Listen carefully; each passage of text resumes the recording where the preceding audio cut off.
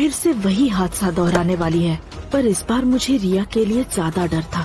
मैं मेरी बच्ची पर मेरे साथ हुए हादसों की परछाई भी नहीं पड़ने देना चाहती थी। मैंने रिया को अपनी सेक्रेटरी राजलक्ष्मी के साथ होटल पैराडाइज भेज दिया और खुद कैब में बैठकर सीधे अपने घर यानी कि गुलेरिया हाउस चली गई। घर के अंदर जाते ही मेरे कान में वो सारी बातें गूंजने लगी जो मैंने बड़े होते हुए सुनी थी। अरे इसके सामने तो डबल एक्शन वाली लड़कियां भी अपने आप को करीना समझती होंगी। तुझे देखकर तो भैंस भी शर्मा जाएगी।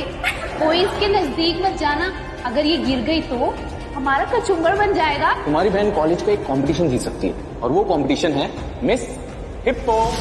मैं ये सोचकर डर गई कि कहीं किसी को मेरे मनाली आने के असली मकसद के बारे में पता तो नहीं चल गया। मैं जल्दी से रूम में पहुंची, पर वहां पहुंचते ही मेरा डर सरप्राइज में बदल गया। वो पुलिस ऑफिसर और कोई नहीं, मेरे स्कूल का दोस्त पंकज था। तुम और पुलिस ऑफिसर? हाँ निका, और तुम्हें तो याद होगा ना कि पुलिस ऑफिसर बनना मेरा ड्रीम था।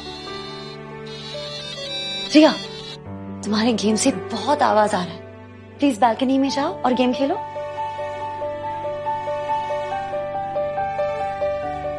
तो तुम्हें कैसे पता चला कि मैं वापस मनाली आई हूँ? मैं तो रागिनी वर्मा से मिलने आया था। ये नाम सुनकर मेरे होश उड़ गए।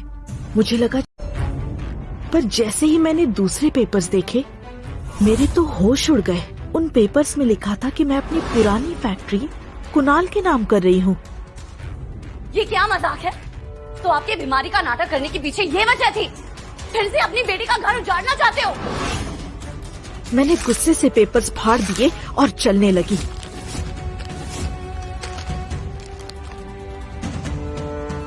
मैं यकीन ही नहीं कर पाई कि कोई बाप इतना नीचे कैसे गिर सकता है। मैं दुखी होकर अपने होटल वापस चली गई, पर जैसे ही मैं वहां पहुंची मेरी सेक्रेटरी राजलक्ष्मी का फोन आया कि हमारे रूम में एक पुलिस ऑफिसर आया है।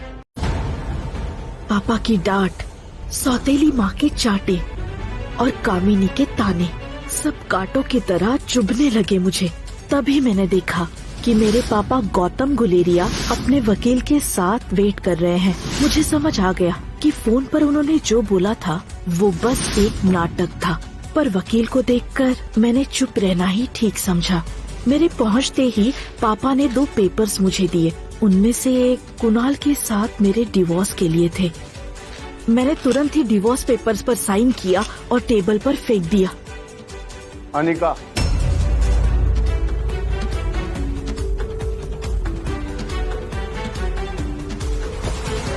हाँ पापा, हाँ पापा। तुम्हें पता है डोगरा फैमिली के एक लौते वारिस कुणाल डोगरा का रिश्ता आया है, वो भी तुम्हारे लिए।